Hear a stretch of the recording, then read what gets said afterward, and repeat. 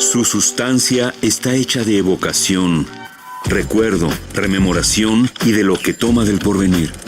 Porque es una parte fundamental de nuestra identidad. Somos nuestra memoria. El programa de Lina que nos lleva de viva voz con los especialistas. Muy buenos días, esto es Radio INA. La Secretaría de Cultura y el Instituto Nacional de Antropología e Historia los invitan a acompañarnos en la emisión de la serie Somos Nuestra Memoria. Contamos hoy con la presencia del maestro Leopoldo Valdiñas. Yo soy Salvador Rueda y me es grato dirigirme a usted, maestro, a ustedes, auditorio, para hablar en esta ocasión de un tema que está en nuestra vida cotidiana. A veces repunta, a veces es como de veras la punta de un iceberg, y que ahí lo tenemos siempre como un problema a resolver, el de las lenguas indígenas frente al español. Bienvenido a los micrófonos, Leopoldo. No, muchísimas gracias. Quisiera yo comenzar con una cita de Octavio Paz, muy corta, que leyó él en su discurso cuando recibe el premio Nobel. Dice: las lenguas son realidades más vastas que las entidades políticas e históricas que llamamos naciones.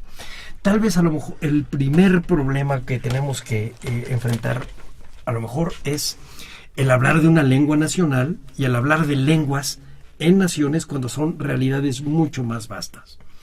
Vamos empezando para calentar motores, Leopoldo. Ajá, sí. ¿Cómo podríamos definir a las lenguas indígenas? ¿Qué las definiría? Bueno, en realidad la definición es sumamente utilitaria, por decirlo de una manera muy simple, porque es las lenguas que hablan los grupos étnicos. Y los grupos étnicos se definen como aquellos que históricamente han vivido, habitado en el continente americano, ¿no? Uh-huh. No limitado nada más a México. Pero ese sería. El problema de esta definición, que además, reúne variables que no necesariamente son iguales, porque estamos asumiendo que lo indígena es una unidad y muy homogénea, y no, para nada, ¿no? Pero bueno, porque obviamente esto tiene que ver con qué es propiamente lo que hablan los indígenas. Con esta variable, el español también sería una lengua indígena. Sí, claro, sobre todo el español en México. El español en México y en el particular que hablan en las regiones, que no es igual a nuestro español urbano o al español estándar que se pueda decir, ¿no? Sí, yo recuerdo en algún programa anterior, tú y yo estábamos platicando sobre los distintos españoles que hablamos en México, algunos arcaísmos, algunos regionalismos, etcétera. Y eso, además, aplicado a los grupos indígenas hablando español, nos lleva a un túnel que no sabemos para dónde va. Si puede ser un español que tiene su origen en el siglo XVI o en el siglo XX. Sí, exacto. Sí, es independientemente de su origen, son lenguas vivas. O sea, el español, igual que las indígenas, son lenguas vivas que van a estar sujetas a los, digamos, vaivenes de comunidades bilingües, por ejemplo, de entrada. Sí, nosotros somos, por decirlo así, monolingües, entonces las posibilidades de agarrar monte no son tan grandes, digamos. Sí, ¿no? Para nada.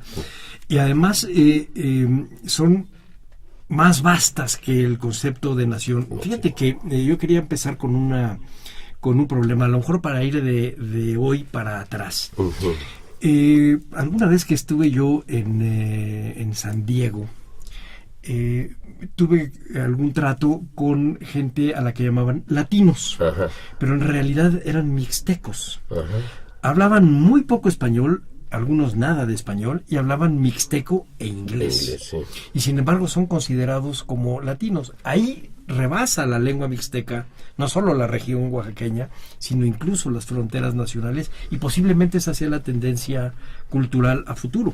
No, ha sido la tendencia eterna. Okay.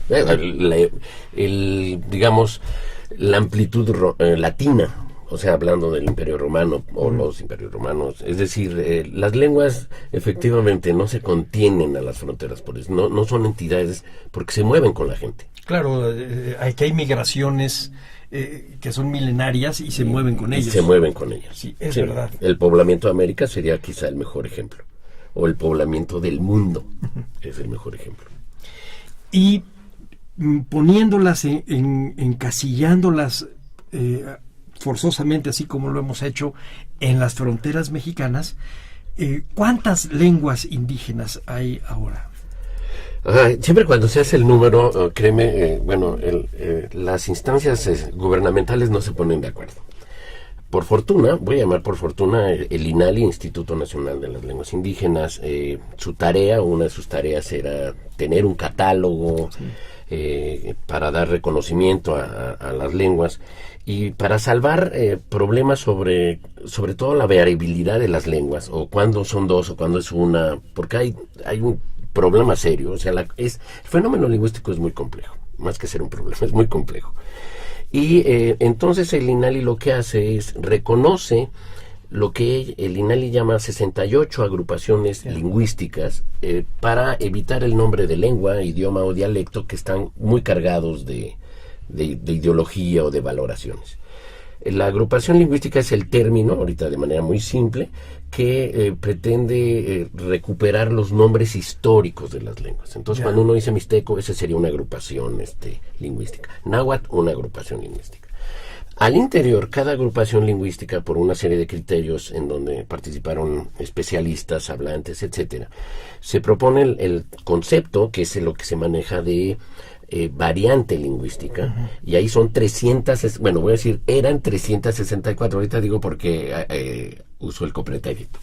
Eran 364, en donde para definirse, en fin, se realizaron talleres, consultas, se revisó bibliografía, pero se consideraban tanto hechos gramaticales, es decir, diferencias en donde alguien que dice hablar, por ejemplo, náhuatl, con otro que dice hablar náhuatl, gramaticalmente se ve que no son iguales, que se puede ponderar, el problema es que no se puede cuantificar, más otras variables menos lingüísticas y sí más sociales. Okay. La autoadscripción, el autorreconocimiento. Sí, la identidad, la lengua como una credencial de identidad. Sí, es decir, sí, yo soy ese porque hablo esa lengua, pero también, aunque él diga que habla la misma, pues no hablamos igual, ¿no? Sí, claro.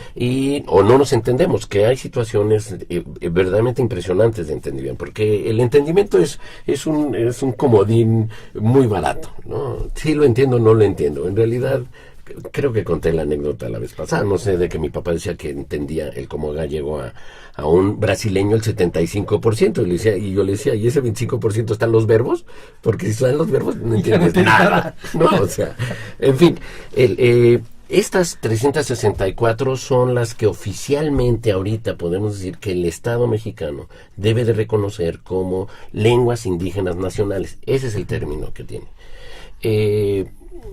Yo decía eran porque al paso del tiempo, otra institución hermana, que es la CDI, la Comisión Nacional para el Desarrollo de los Pueblos Indígenas, ha entrado en una crisis espantosa. No coincide su número de grupos étnicos con el número de lenguas. O sea, hay datos que podría dar es que da espanto, digamos. Por ejemplo, para la CDI, los tacuates, que son gente de habla mixteca, es otro grupo étnico. Para el INALI, los tacuates hablan una de las variantes mixtecas y no es otro grupo. Y recientemente, en esta década ya de este siglo, la CDI también hizo todo un balance y un informe, está en internet, se puede recuperar eso en la página de la CDI, sobre las poblaciones afromestizas. No, porque tienen historia, tienen territorio, esta variable, y solo uno de ellos, de esos grupos, el de los llamados mascogos, que son de Coahuila, con una historia muy compleja y muy interesante y muy invisible a la historia, sí, tienen lengua propia. No, ya quedan muy pocos hablantes. Entonces, pero esa lengua no está todavía reconocida porque para eso se necesita que haya trámites legales. Mascogos. Los mascogos. Y ellos son ¿De qué grupo étnico? ¿Cómo se identifican? Los Mascogos, es muy fragmentario lo que voy a decir. Los Mascogos, cuando está en la conquista, voy a llamarle conquista inglesa de Norteamérica, grupos indígenas de las tierras que van siendo dominadas se van hacia el sur, hacia las tierras dominadas por España y por Francia. Los movimientos, los refugiados son eternos, digamos, constantes. Llegan a la parte de la Florida y esos grupos de indios se mezclan y van generando un grupo que se va a llamar seminoles. Sí, ¿no? Los seminoles. Los seminoles. Una asociación con los negros también. Sí. Porque también huyen negros. Ya. Es decir, y cuando ya España pierde la Florida y Francia pierde sus posesiones, vamos a decir que las pierde, pues estos grupos migran ahora para salirse y los seminoles fueron, bueno, como todos los grupos, o la mayoría de los grupos, muy amenazados, muy golpeados por las sociedades. En fin, y van huyendo y llegan a Texas cuando Texas todavía es mexicano, por decirlo así, porque ahí hay digamos, un lugar a salvo, digamos. Pero Texas se independiza. Bueno, a la larga llegan a México y son vecinos de los Kicapús. Ya. Sí, pero llegan ellos con población negra. Y ahorita ellos son incluso les dicen afroseminoles, porque son seminoles con, digamos, mezcla, la palabra me pesa, pero bueno, ahorita no voy a cuidar eso, de población negra. Y la cultura es una simbiosis de culturas indígenas, negras y mexicanas. Pero efectivamente es una historia totalmente invisible. Nadie se hubiera imaginado que un grupo, una rama seminol, está en Coahuila. Sí, ¿no? Y bueno, esto yo no lo sabía, es decir, esto es a raíz de que uno se mete a estar trabajando. La CRI ya les dio reconocimiento en 2012, y esto es importante porque ya son reconocidos constitucionalmente o legalmente como grupo indígena. ¿No? Es decir, los derechos que tiene exactamente, el artículo 2, digamos, sí, ¿no? Sí. Con la salvedad. El problema es que su lengua no. Es decir, su lengua no es de estas lenguas reconocidas como lengua nacional, que es una lengua criolla, es una lengua muy especial, ¿no? Sí. Pero bueno, pero no importa, es decir, bueno, no importa y sí importa, pero al menos, ¿y cuántos otros grupos no habrá? Ese sería uno. ¿Cuántos grupos puede haber? Y hasta dónde no estamos discutiendo un falso problema. Es decir, es un problema entre intelectuales y que hay que traducir a la aplicación de la ley y a una serie de proyectos y políticas públicas. Y de derechos. Es decir, los mascogos deberían tener los mismos derechos, por ejemplo, que tienen los Kicapús, de tener paso libre a Estados Unidos. No lo tienen.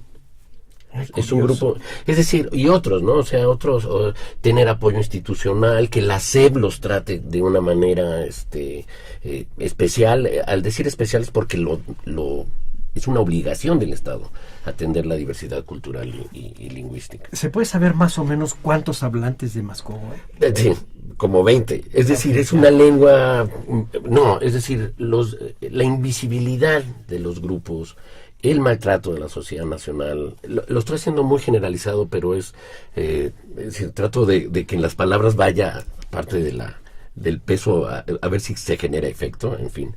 Esas hacen que la gente vea intrascendente el uso de la lengua, como si fuera un accesorio. Sí, claro, además al pensar que solamente son 20, se imagina que el peso real es muy poco, cuando no. Con una sola lengua que se pierda, es decir, el último hablante de esa lengua, se pierde todo un concepto de mundo. Sí, y concepto de mundo y de sociedad es decir, de valores. Sí, hay por el español y por la tradición se habla de pérdida, ¿no? En realidad, yo sería más cínico, yo diría no, hay una como glotocidio, es decir, no se pierden las lenguas. No es algo que uno despierte y diga, ay, ¿dónde dejé mi idioma? Sí, claro. No, es resultado de un conflicto social duro y una decisión por parte de los hablantes para no hablar. Eso en tiempos modernos. Sí. Ahorita No, vamos a sí, irnos bueno, hay cosas para que se atrás. arrastran, sí. Le dieron a don Miguel León Portilla un honoris merecido causa. honoris causa. Él escribió un libro que a mí siempre me ha gustado, que se llama Culturas en Peligro. Y hablaba de, entre otras cosas, las culturas norteñas y las lenguas norteñas. Él estudió a la gente de California, la desaparición de las lenguas de California en el siglo XVIII. ¿Qué se tiene de eso? ¿Cómo haces tú para poder de repente estudiar, o solamente estás viendo la huella de algo que ya pasó? No, hay es decir, por lo regular queda gente mayor que por seguridad o por el destino no aparece que habla la lengua indígena, ¿no? O sea, es muy difícil saber, en realidad, sí, cuándo es el último hablante, porque a la larga luego resulta que hay otro viejito. Sí. Es decir, porque la gente luego no acepta que lo habla, ¿no? La variación numérica en los censos del INEGI se debe a que muy seguramente cuando les preguntaron hace 20 años si hablaban la lengua, todos decían que no, porque era un estigma. Sí, claro. ¿No? Pasa el tiempo, ellos ya tienen una estrategia política o social diferente, ahora les da orgullo, aunque no sean hablantes plenos, por llamarlo de alguna manera, de aceptar que lo son, ¿sí? Y entonces, y los números crecen, o sea, mientras que la población de México crece 7.7% en 5 años, estoy hablando del censo del 2010 al conteo, bueno, la encuesta intercensal del 2015, hay números de población, bueno, de hablantes de lengua indígena que crecen 30%. Sí, claro. O sea, esas son... Quiere decir que no estaban registrados. Lo más seguro es que no estén registrados. O grupos que estaban fuera, mixtecos en California o en Chicago claro. o en la Florida, que regresan. Es decir, que esa es otra de las características, ¿no? Las lenguas no tienen geografía propia. Se la apropian, se mueven, etcétera, ¿no? Pero bueno, es parte de sí, bueno, y de la historia y de la vida social. Sí. Siempre hemos pensado que hay una lucha, no siempre, pero en los últimos años hemos pensado que hay una lucha entre el español como lengua nacional y las lenguas indígenas con sus propios derechos. Sin embargo, a mí no me enseñan ninguna lengua indígena. Sí, no. Nosotros vivimos en Michoacán, como te decía yo la vez pasada, y el español que hablamos es un español muy arcaico. Y no sabemos... Muy michoacano. Y usamos muy pocas palabras en purépecha, por ejemplo, y muy pocas palabras en náhuatl, y no hay ninguna enseñanza de la lengua para nada. Sí, ajá. Sí, porque además actualmente se está viendo utilidad, ¿no? Es decir, hasta en los centros como la UNAM, y ahora tienes que decir qué es lo que trae de ventaja hacer investigación a la sociedad, ¿no? Como si el generar conocimiento por sí mismo no fuera provechoso. O sea, ahora hay que cuantificar, claro. Se necesita algo. El caso de las lenguas, incluso hay políticos del área, es que hay una cita de Cuadri que no diré, pero lo digo porque él está en el partido de la docencia, digamos, en donde efectivamente se ve que ignoran lo que es hablar una lengua indígena porque se valora su uso y dice, pues aprendamos inglés, como si claro. el inglés fuera la opción de qué, sí. ¿no? ¿Por qué no el chino mandarín? O alguna lengua árabe, es decir, si uno se quiere ir a Dubái, no sé. Bueno, pero si pensamos efectivamente que si tratamos de imaginar cómo puede ser el mundo de aquí a 50 años, probablemente el inglés tampoco vaya a ser una lengua útil. No, de hecho, se vuelve es una discusión muy interesante, porque, interesante porque siempre está esta idea de utilidad, pero las lenguas no solamente son para comunicar. No, claro. No, las lenguas son para la estética, para la identidad, para crear para mundos, todo. Para todo. ¿Te acuerdas que habíamos leído una frase de Alberto Manguel sobre las lenguas en un libro que se llama La ciudad de las palabras? Y le decía, es que las lenguas en realidad nos dan la imagen del mundo. Todo tiene nombre. Sí, todo lo nombre. que vemos o escuchamos o leemos o probamos tiene un nombre y tiene una palabra en cualquiera de las lenguas del mundo. Y sin esas lenguas el mundo probablemente no existiría, no sería coherente. No, bueno, por supuesto, estás hablando de algo fundamental para nuestra existencia. No lo pensamos en nuestra vida cotidiana, nos lo saltamos. Porque además existe la arrogancia de que el español, porque hay una arrogancia del hablante del español, que es como al ser lengua universal en el sentido que es internacional, es lengua oficial de la ONU, de las pocas lenguas que la ONU reconoce como lenguas oficiales para el funcionamiento interno de la ONU. Solo son 6. Bueno, eran 6 hace 10 años. Siempre hay ingresos nuevos, ¿no? Y la mayoría son europeas. Lo que te dice el mundo, bueno, cómo se pinta, ¿no? Y la parte de la soberbia de la que está pasando. Sí. Y entonces creer que el español es la única o de las pocas lenguas que es autosuficiente para todo, que toda realidad nueva al español se va a ajustar. No, eso lo hace cualquier lengua.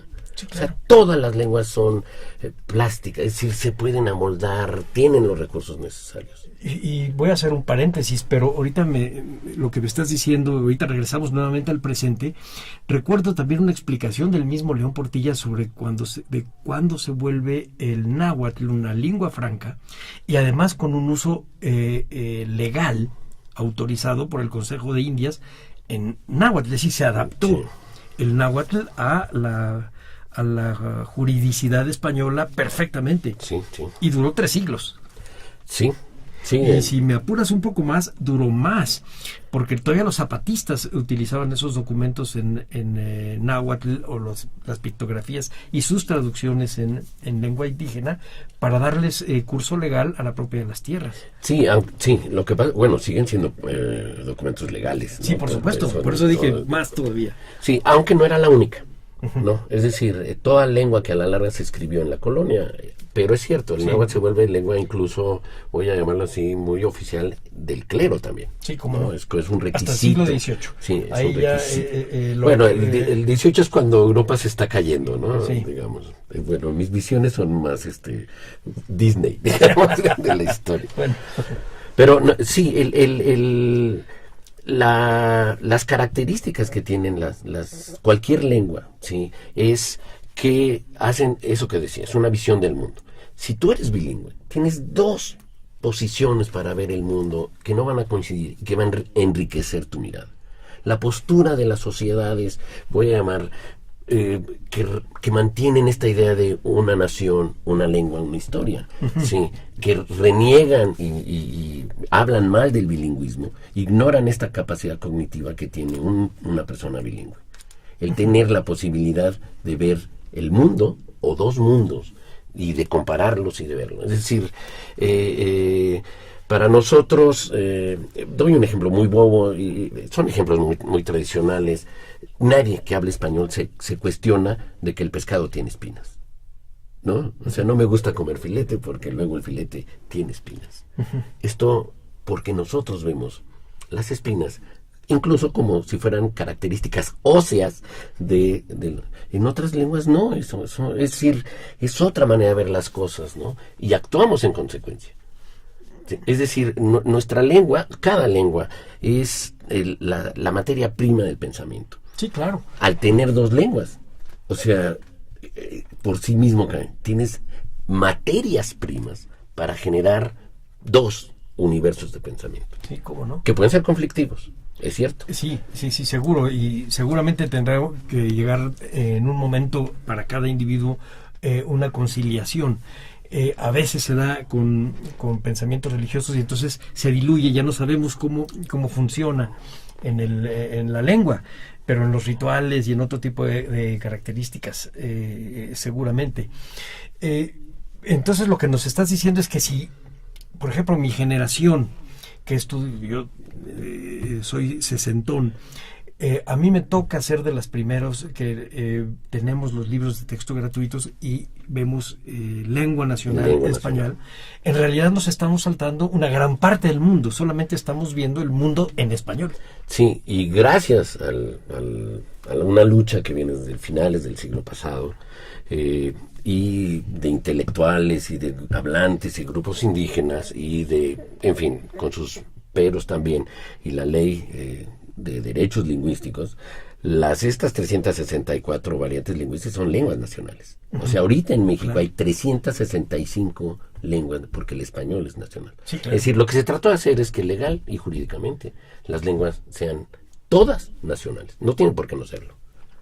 Y sin embargo, no les damos en realidad el espacio que merecen. En el Museo Nacional de Historia apenas vamos a empezar a meter en los QR algunas explicaciones, probablemente en náhuatl y en alguna lengua, quizá mixteco o zapoteco. No estoy seguro si ¿Cuál o es? en alguna Ajá. otra, pero náhuatl seguro. Pero apenas lo estamos haciendo y el museo tiene 70 años de haber abierto, ¿no? Pero en las zonas arqueológicas tú ya ves cédulas bilingües en algunas, ¿eh? Yeah. Es decir, creo que Teotihuacán tiene náhuatl, que ese es otro problema. Porque el español sí es una lengua que podemos decir, por ser una lengua, lo voy a decir, una lengua de Estado, que es distinto a una lengua nacional. Es decir, claro. el Estado mexicano es hispanohablante. Sí, sí. Y esto hace que tenga todos los recursos para controlar y reproducir ese español y nos haga creer que todos hablamos igual, ¿no? El libro de texto de español, ahora se llama español, bueno, creo que se llama español, pues ha cambiado, ¿no? Ha cambiado el nombre. Sí, ha cambiado. O sea, hubo un año que se llamó lingüística. Pero bueno, sí, cuando cambia la madre patria. Pero bueno, ¿De lengua nacional de lingüística español? y ya luego español, Okay. sí. El problema del español es que ya me perdí. No me acuerdo qué estoy diciendo. No te preocupes, vamos a regresar. Me estabas platicando que en Teotihuacán. Está en la cédula. Está en la C. ¿Qué náhuatl es el que se va a hacer? Exacto. Porque el español sí es una lengua que estamos educados para que uno de Ensenada y uno de Mérida, como el anuncio de los sombreros, sí se entiendan. La escritura nos hace creer, nos engaña, que todos hablamos igual. Sí, claro. Todos, aunque sabemos que no hablamos igual, ¿no? Pero a lo mejor sí escribimos igual, ¿no? Sí, Leopoldo? sí, pero tenemos ese control. En las lenguas indígenas esto no existe. Al no existir, la variación es monstruosa. Sí. Sí, se llaman igual y entonces se les trata a las lenguas indígenas hipervariables como si fueran homogéneas discursivamente como el español, Sí, porque sí. el español tiene un control, ¿no? Entonces cuando se dice, y es la propaganda que hay, ¿no? Es decir, es que se oye que bueno, sí cuestiono, pero tampoco tengo yo la respuesta. Se traduce la cédula al náhuatl. ¿A cuál náhuatl?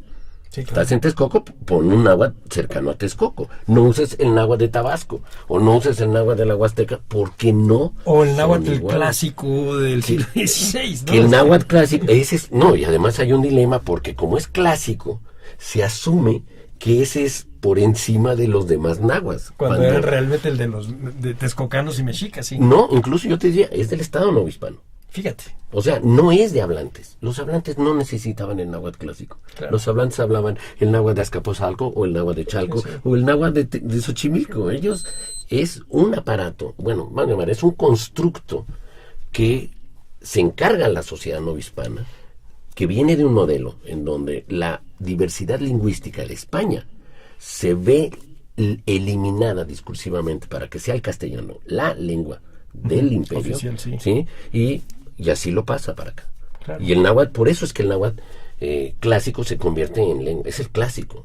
Sí, claro, bueno, le pasa un poco lo que a España. El castellano es la lengua oficial porque la jurisprudencia castellana es Esa es manda. la que gana. Y entonces acá esa es la que se apega y funciona. Sí, bueno, le funciona al Estado novohispano. Y a los pueblos también hay que ser... Sí, pero lo que tienes es lo que nos pasaría, lo llevo al extremo y en caricatura también, como si en su momento fue latín, ¿no? Es decir, lengua franca de los intelectuales y de los artistas, sí, claro. pero que obviamente era un latín que era lo voy a decir de otra manera, y lo digo en serio, así lo que es hablar la lengua materna con palabras latinas.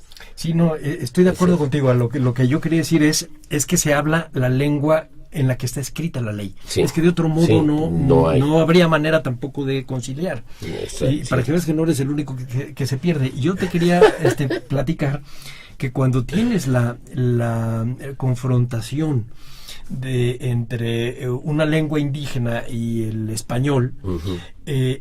y a veces chocan maneras de pensar. Me acuerdo de una anécdota que platicábamos en la entrevista pasada sobre la Z como la letra exiliada. Ajá, sí, Entonces, mientras en el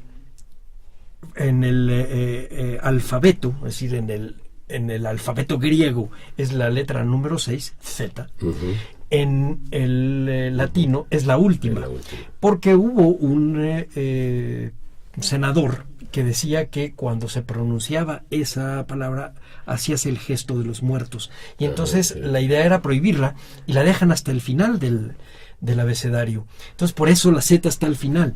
Efectivamente hay una serie de cosas que te obligan a hacer unos cambios. Algunas veces son irracionales, pero tienen que ver con nuestros miedos y con nuestra manera de ver el mundo. Y las valoraciones, bueno, obviamente esto está lleno de valoraciones, porque es darle, es decir, romper la equidad de las valoraciones, ¿no? O sea, las letras, todas son letras, no, ahora hay que darles, en el México finales del siglo pasado, las letras prohibidas para las lenguas indígenas eran la K, la W y la H, porque no son lenguas, no son letras productivas del español histórico, ¿no? O sea, un grupo étnico quería escribir, por eso uno puede saber cuándo una lengua indígena se empezó a escribir previo a los 80s, porque no tiene todavía la K o no tiene todavía la W, es cierto, porque son letras prohibidas.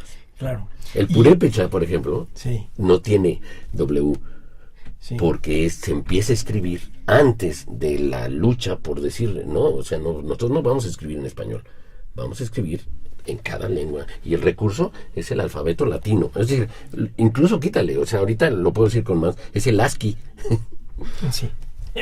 O sea, las letras que tiene ahí son las que voy a usar. El QWERTY y eso, bueno, ok. Bueno, vamos a hacer un paréntesis para recordarles que el tema en esta ocasión son las lenguas indígenas frente al español y frente al concepto de nación. Para hablar de esto contamos con la presencia del maestro Leopoldo Baliñas, que es especialista en lenguas, en los problemas que nos plantea en un momento dado pensar en la lengua como el instrumento y la herramienta con la que construimos un mundo. Y resulta que esta herramienta solamente en México son 364 variantes. O sea, tenemos una herramienta difícil. Sí, muy difícil. Sí, de hecho, el gran dilema que surge, el más evidente de principio, es los materiales educativos. Ya. ¿No? El mixteco se dice que tiene 81 variantes. Me interesa el ejemplo del mixteco, porque el mixteco es una lengua cuya distribución geográfica es, bueno, obviamente ocupa 3, 4 estados, ¿no? Es decir, pero de todas maneras, o sea, la diferencia de una comunidad a otra comunidad, son mixtecos diferentes. Sí. Y hay mucho en juego, están los prestigios comunitarios, están los prestigios de la persona, porque él ya hizo un libro, etcétera. Okay. Pero cuando la SEP, voy a pensar en inocencia, la SEP hace un libro en mixteco para apoyar la educación de los niños mixtecos, pero lo lleva a la comunidad, donde ese mixteco no se habla, no es aceptado. A mí me tocó, en la historia cuando uno sale a campo, dormir sobre paquetes de libros, porque decían, estos no son los libros nuestros. Y además, ¿no? Ya diciendo, tenemos derecho a los nuestros. Sí, no, y además diciendo, ¿y por qué los hace fulano? Con la desgracia, o la perversa desgracia, que ahorita creo que se está salvando, pero voy a mantener mi idea de que no se está salvando. La SEP no hace los mismos materiales que el INEA. Es decir, no se educa por igual a niños y adultos. Los acuerdos que se pueden tomar para escribir y para estrategias luchadas, negociadas, etcétera, por parte de la SEP, que no es una sola. La SEP tiene educación bilingüe, más tiene la intercultural y más tiene el CONAFE, ¿no? El de la educación. Y se enfrenta con que los libros de los padres no están siguiendo la misma estrategia, la misma lógica. Sumémosle que hay instituciones estatales, religiosas y demás, que les vale gorro lo que haga la CEP o lo que haga la INEA, y tienen. Entonces, uno se enfrenta a comunidades de determinada lengua en donde ve materiales escritos con distintas ortografías, con distintas lógicas. Unas sancionan los préstamos, no hay un solo préstamo en el material, cuando el préstamo es decir, no es un tumor. Es una característica natural de todas las lenguas. Sí, cuando estás hablando de préstamos lingüísticos. Lingüísticos, exacto, sí, perdón por la obviedad. Si no te voy a decir, préstamos. una lana. Pero fíjate que estás tocando algo que si lo hubiéramos platicado hace, te gusta, unos 30 años, nos hubiera sacado alguna roncha con mucha comezón. Hace unos 30 años, cuando estaba en el Instituto Lingüístico de Verano, yo recuerdo la gran polémica por sacar las Biblias en lenguas. Y claro, nosotros traíamos aquí arriba el asunto del imperialismo, y que seguramente era, pero básicamente estaban cuando menos respetando la posibilidad de que la palabra de Dios en este caso, y por tanto la ley cristiana, fuera leída en su idioma. Sí. Un asunto que no es nada nuevo, es lo que hizo Lutero en el siglo XVI. Y es lo que ahora en el país vecino del norte quieren cortar. O sea, al quitar hasta el español de la página de la Casa Blanca, etcétera, no es más que una tontera. Pero nos da el tamaño del proyecto que realmente hay que tener en la mesa cuando tratamos de enseñar en lenguas indígenas. Sí, ¿qué queremos hacer? Sí, y estamos hablando de enseñar cuando el mundo educativo no es el único. Está el mundo, digamos, de salud, en términos de cuidados previos antes. Es decir, la salud no nada más es curar, ¿no? Me diste un ejemplo la vez pasada. Platícanos ahorita el ejemplo. Termina de decirme esto y nos vas a platicar el ejemplo. Sí, más otro tipo. Es decir, para mí es una vergüenza que CONACYT ponga, porque CONACYT lo ha hecho, que solo se pueden hacer trabajos en español, no en lengua indígena. Ahora, que no tengan la capacidad de tener a la gente que hace esos trabajos, porque hay anécdotas, hay experiencias. Hay un grupo de mijes que tuvo un proyecto que recibió mención honorífica en uno de los certámenes de CONACYT. La historia no la sé bien, porque me hace enojar antes de oír la historia. Pero que, o sea, que no, porque la lengua no te hace ni más ni menos. O sea, y la ciencia y el conocimiento se maneja en cualquier idioma. Pero claro. ¿No? Y los mijes hicieron su proyecto, un grupo de mijes, de científicos mijes, y lo único que recibieron fue mención honorífica. A raíz de eso, en la siguiente convocatoria, se pide que sea solo en español. Bueno, ahí, como decía Leonardo Sciascia, las responsabilidades tienen nombres y apellidos. Ahí no es la institución, ahí hay alguien con nombre y apellido que algún día tendrá que avergonzarse de lo que hizo. Sí, bueno, esperemos. Pero ahora cuéntanos la anécdota de un centro de salud en donde tenían que hablar de alguien que llegaba con una... No, me pasó a mí, que era... Bueno, platícanos, ¿no? Sí, que me hablan y a la UNAM y me dicen que en la clínica 8 del Seguro Social, ahí la que está por San Ángel, que hay un problema, que si puedo ir que hay alguien que habla náhuatl, que si los puedo ir a ayudar, ¿no? Entonces, pues ahí voy, era Tobielini en aquel tiempo. Llego y es un médico que me dice, bueno, este paciente no habla español, tiene apendicitis, nos urge operarlo, pero pues, no sabe que tiene apendicitis y además tiene que firmar la autorización. Ya de entrada, lo comentábamos la vez pasada, si no habla español, o sea, no está alfabetizado, o sea, no sabe ni siquiera qué es firmar, ¿no? O sea, es un mundo diferente. Entonces me acerco con él, con el enfermo, que ya se sentía bien en ese momento, y entré en una crisis. Bueno, trataba de ver primero si el náhuatl que yo hablo del Centro de Guerrero, me entendía con él. Y empecé a hablar para ver si nos entendíamos. No nos entendíamos del todo, pero entré en otra crisis. En náhuatl no hay una palabra para apéndice. O sea, conceptualmente no hay una cosa que se llama apéndice. No le puedo decir, estás mal de tu apéndice. Y le dije al doctor que era, pero es que él culturalmente no tiene apéndice. El doctor aquí todo ofendido. No, que claro que tiene apéndice. Le dije, bueno, es como si yo le dijera a él que usted no tiene sombra. Claro. Para el mundo, el hablante de una cultura, y estoy suponiendo que él, en su cosmovisión, tiene esta idea de que el cuerpo humano tiene sombras, tiene partes calientes y partes frías, y que la sombra, o puede ser una o varias, si se pierde, genera enfermedades. ¿No? Dije, pues es como si no tener sombra. Claro que tengo, no. Para el mundo de él, usted puede tenerla o no. O sea, usted no tiene la menor idea de lo que usted habla. Sí. No tiene que ver con la luz. Con la luz. Es otra cosa. Es una parte del cuerpo. Sí. Algo que en nuestra visión ni siquiera se plantea. Ujú. Sí, Ni siquiera tener dos, ¿no? O sea, es así de... Y me acuerdo que quedaste, que nos ibas a contar el final de la anécdota porque se nos vino el programa encima. No, bueno, es que obviamente le empieza a dar un dolor duro, un cólico, y entonces vienen las enfermeras a ayudar y le van a meter la sonda. Y la sonda se mete por el recto.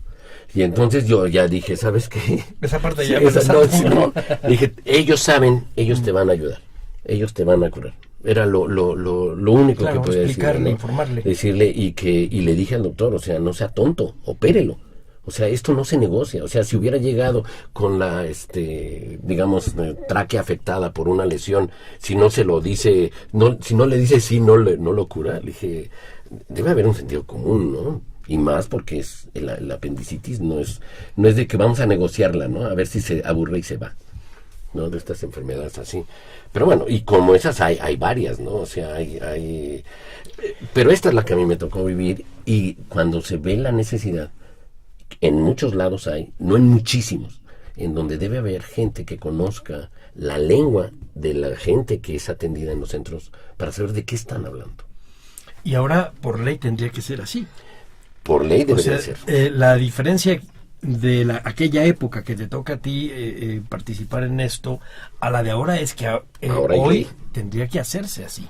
Sí, debería haber, por ejemplo, debería ser en las escuelas de enfermería, en las mismas de medicina, por dar estas como si fueran las únicas, pero al menos estas, sí, la posibilidad de que haya clases de la lengua, porque es gente que va a tratar con gente, ¿no? Y al tratar con gente va a tratar con maneras de ver el mundo, maneras de ver su cuerpo, es decir, hace poco también tuve, esto es incluso para que la otredad no sea tan otra, sí, estaba con la Mara, mi esposa, y le dije, es que le dolía, me dice, me duele la boca del estómago, y le dije, a ver dónde, y me señala el ombligo. Le dije, bueno, tu boca del estómago no está donde tengo yo mi boca del estómago, ¿no? Hicimos una reflexión, cuando nos duele la panza, nos duele desde aquí hasta el vientre.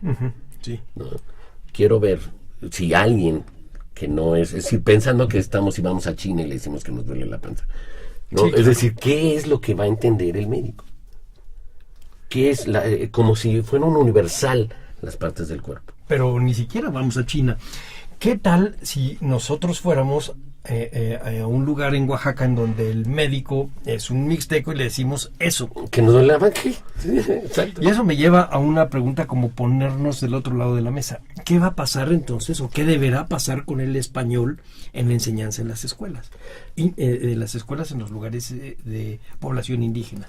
Me tocó participar, he sido muy afortunado en ese sentido, a principios de los 90 en un proyecto educativo en la Sierra Tarahumara. El equipo que participaba era Marta Tello, una antropóloga inteligente, brillante, muy comprometida, Luis Reigadas, en fin, o sea, gente muy comprometida y un gran equipo, ¿no? De profesores, hablantes, etcétera.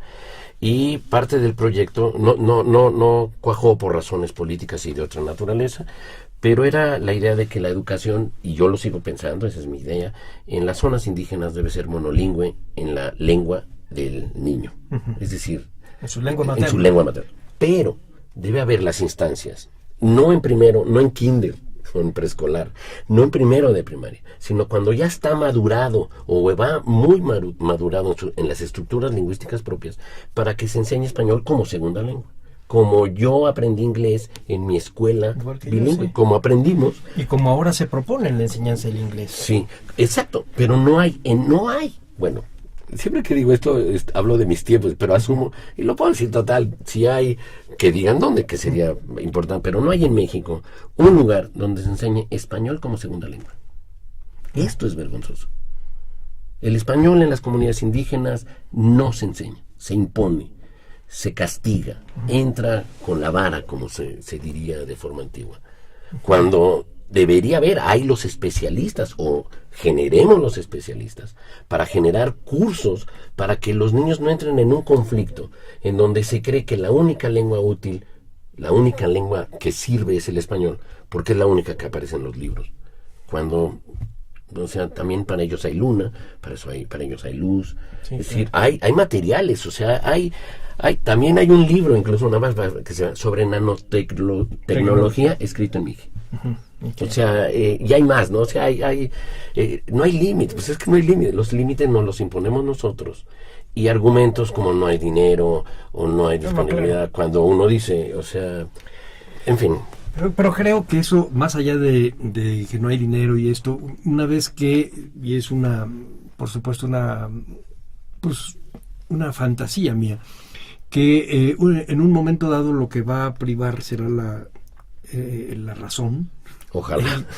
el sentido común, que van a escuchar otra vez a los antropólogos, que cuando un antropólogo habla no necesariamente es para hablar de votos o para hablar de problemas, de conflictos sectoriales, sino escucharlos como especialistas que estudian la realidad y que pueden proponer posibles salidas políticas, no necesariamente administrativas. Pero mientras estemos haciendo en las puramente administrativas, estamos fritos. Sí. Y nos va a ganar el futuro. Ahorita me dices que hay un libro de nanotecnología en Mije. Sí. Bueno, si me hubieras dicho que hay uno a lo mejor en náhuatl, me reiría un poquito y diría, bueno, está bien, es políticamente correcto. Pero si es en Mije, quiere decir que hay algo práctico detrás de eso.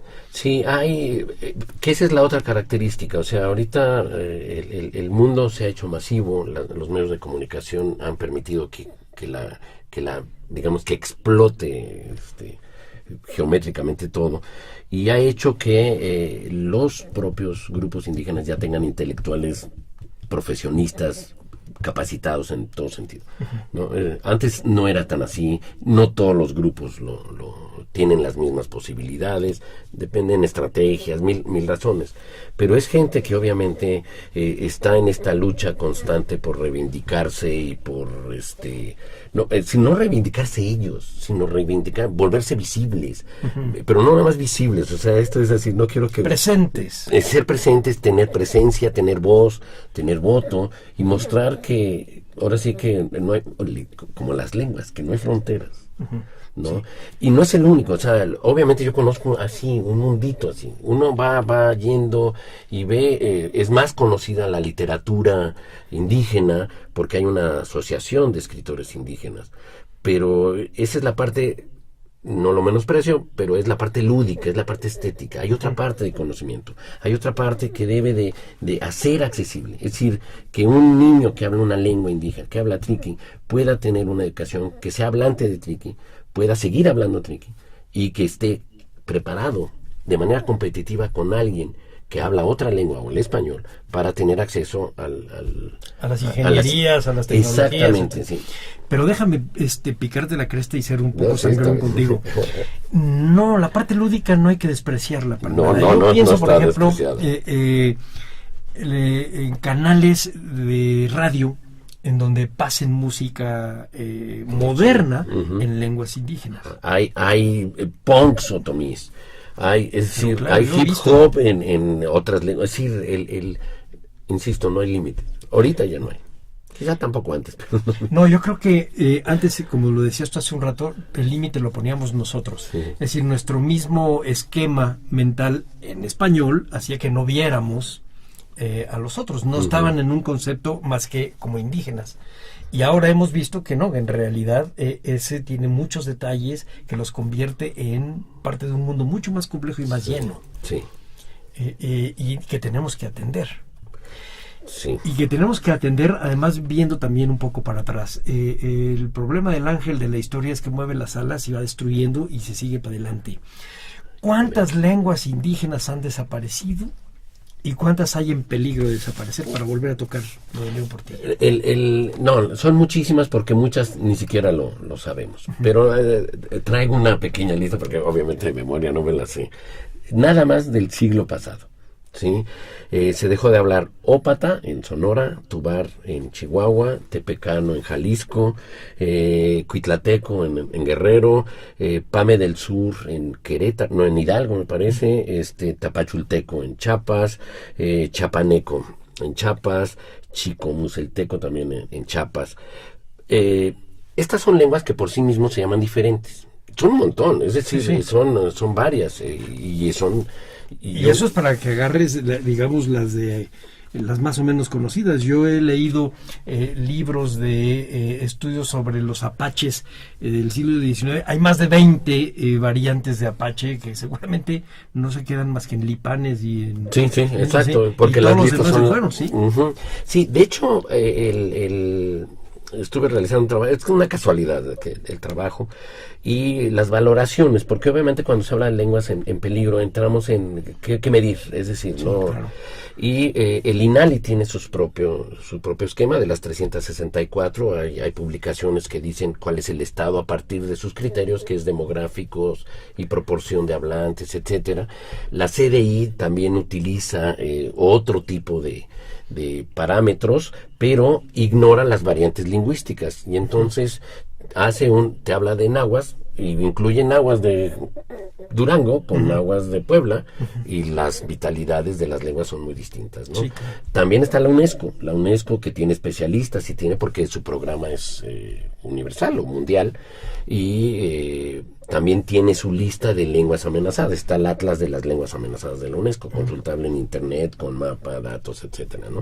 Y también está, a propósito del Lingüístico Verano, Ethnologue es una revista digital y publicada que se hace es decir, es como el gran catálogo de las lenguas mundiales, ¿no? Y también tiene su valoración de cada las lenguas. No coinciden, no coinciden. Yo hice un trabajo comparado. El Seri es una lengua que para una institución es una lengua ya amenazada, y para otros está todavía muy viva, porque son las variables.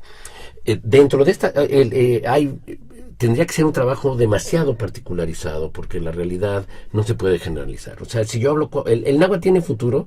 ¿El náhuatl de dónde? Voy a dar un ejemplo. El de Xochimilco, ya no se habla náhuatl en Xochimilco, ¿no? Y si quedará un hablante, ya no se habla. Y lo único que queda es aquel trabajo que hizo Orcasitas sobre los zapatistas. Y arriba de Milpalta, ¿no? Esto lo digo porque cuando yo digo que estas son las lenguas desaparecidas, cuando yo ya lo veo en términos de variantes lingüísticas, el náhuatl de Colima ya no existe, el náhuatl de Chiapas ya no existe, para el INALI ya no existe el náhuatl de la costa de Guerrero, ya no existe el náhuatl pastor para el INALI. Es decir, para decir que para el INALI y para otros, es decir, y cuando hablamos de lenguas que dicen, es que el maya tiene muchísimos hablantes, sí, pero cuando exactamente, si dejas de ver el mosaico y te dedicas a una parte, puedes ver vitalidades, pero también puedes ver lenguas sumamente amenazadas. ¿Y hay alguna política para salvarlas, o solamente registrar que están amenazadas y asustarlos? No, el INALI tiene programas que no nada más son nacionales, y se articulan con fundaciones extranjeras y con la misma UNESCO, de revitalización, de revalorización, que son muy difíciles, ¿no? O sea, hay lenguas que verdaderamente, como dicen, ya están agonizando, usando metáfora de vida, ¿no? Porque se necesitaría, es decir, no basta que se hable. Es decir, ahorita hablábamos de la parte lúdica, sí, porque la parte lúdica es esencial del humano y de las lenguas. Es que para las lenguas es importante, perdón que te interrumpa, sí. porque en el momento que hay una literatura o música o algo en donde en donde le permita esta transmisión, tiene un aliento nuevo.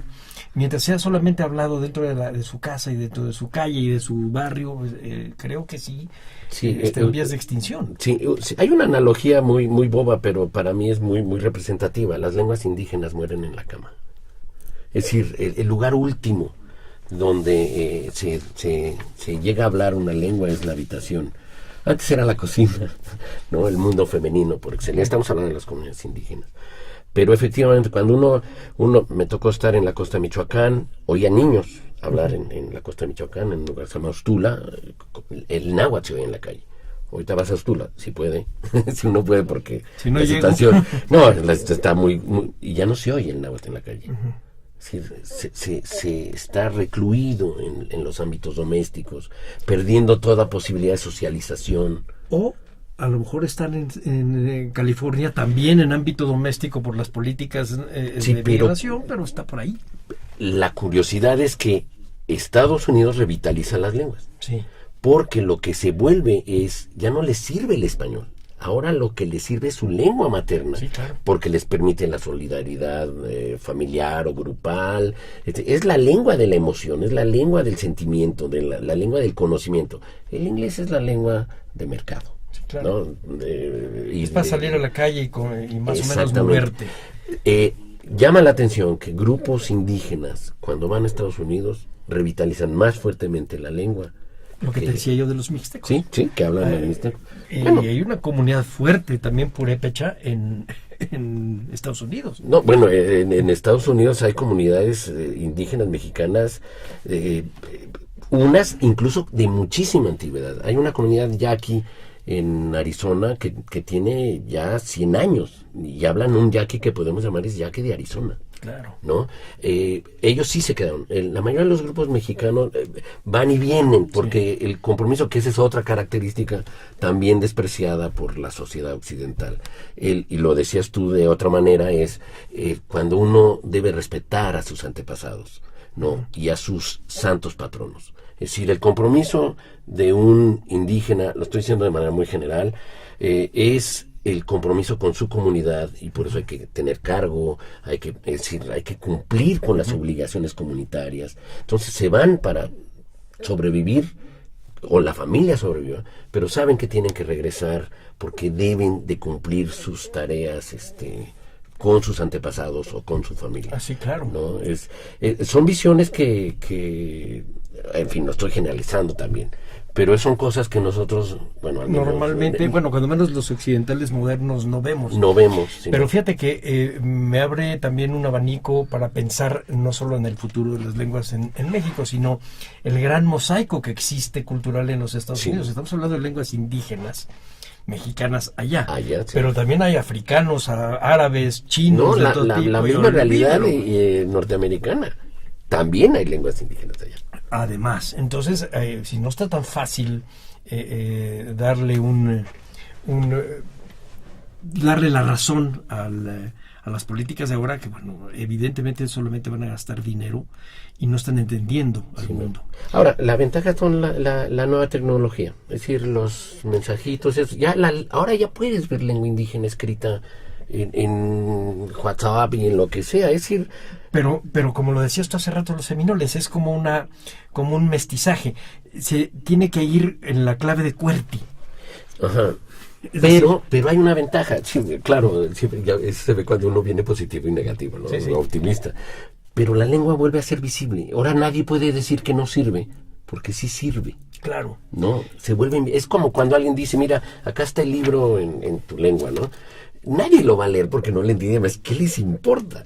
Pero la ve en la lengua, ¿no? Sí, claro. O sea, era cuando decir, o sea, el libro deja de convertirse en un, digamos, en un depositario de conocimiento y es un objeto con un simbolismo identitario. Por supuesto, de valor. De valor. Y eso creo que sí es yo sí lo entiendo como un gran paso de las políticas públicas y en la sociedad mexicana con el inicio del siglo. Con respecto a mi generación, es decir, la gente de hoy no tiene problemas a oír una lengua indígena. Antes era en el metro se oye. Por supuesto. Estamos por terminar el programa. ¿Nos puedes dar alguna bibliografía que nos hable de esta idea general de las lenguas indígenas hoy? ¿Qué podríamos leer para estar entendiendo lo que dicen los de CDI, los del INALI? ¿Qué está pasando con las lenguas indígenas hoy? Bueno, obviamente ahorita hay varias tesis, muchas, porque también la diversidad y el contacto y el conflicto se vuelve motivo de reflexión académica y para programas, etcétera. Pero fuera de las tesis hay un texto que considero que es esencial, editado por el Colegio de México, que es Historia Sociolingüística de México.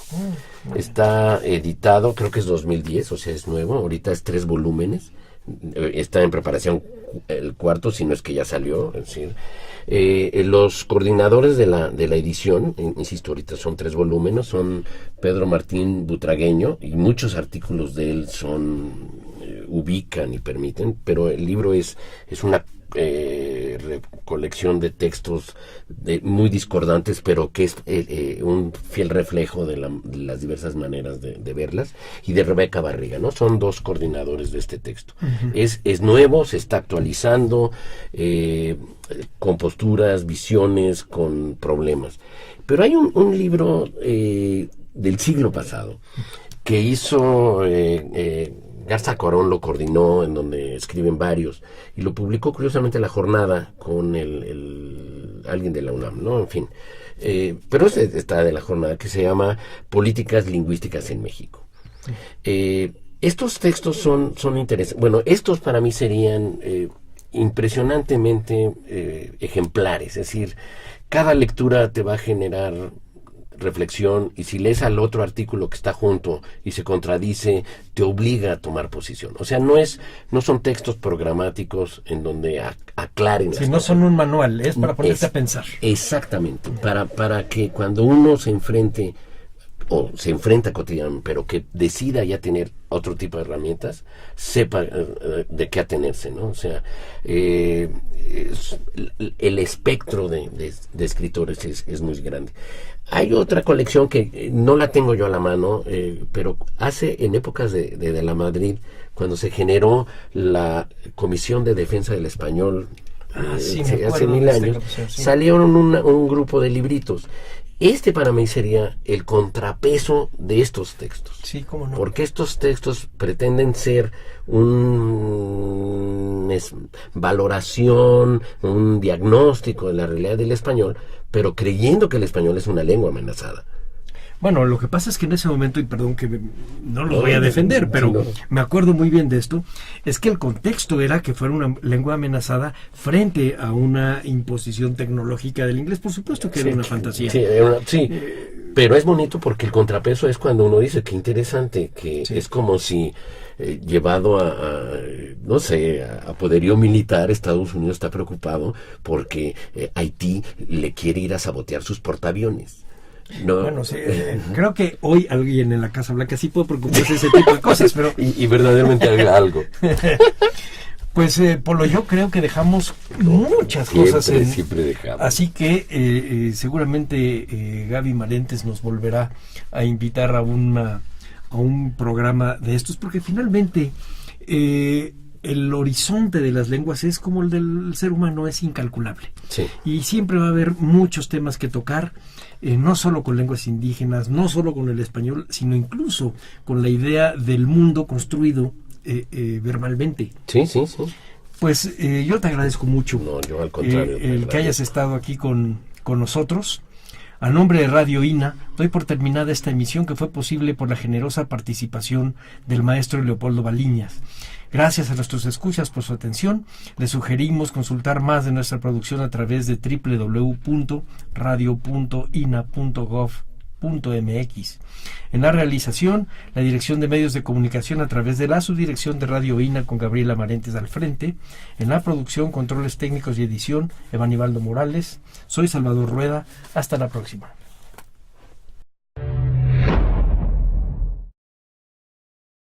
Las opiniones y comentarios aquí expresados son de entera responsabilidad de quienes proporcionan la información y no representan necesariamente las opiniones de Radio INA ni comprometen el pensamiento editorial del Instituto Nacional de Antropología e Historia.